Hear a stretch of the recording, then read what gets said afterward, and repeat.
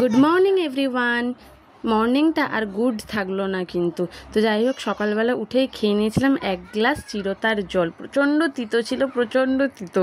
তো যাই হোক, খাওয়া দাওয়ার পরে তারপরে খানিকক্ষণ পরে সেই সোমবারের অল্প পরোটা ছিল, পরোটা আর রসগোল্লার রস দিয়ে খেয়ে নিয়েছি।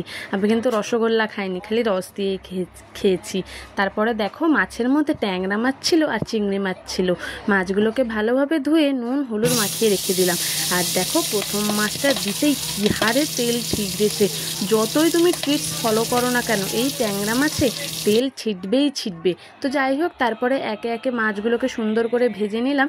আর লাস্ট পারে না, ঢাকা দিয়ে একটু দোকানে চলে গেছিলাম, তার জন্য উঠছিল না। তো যাই হোক, আলু দিয়ে আদা রসুন টমেটো দিয়ে একদম মাখো মাখো ঝাল করেছিলাম। বিকাল পর্যন্ত এই ট্যাংরা মাছেরই খালি ঢেকুর উঠছিল, জানি না কেন।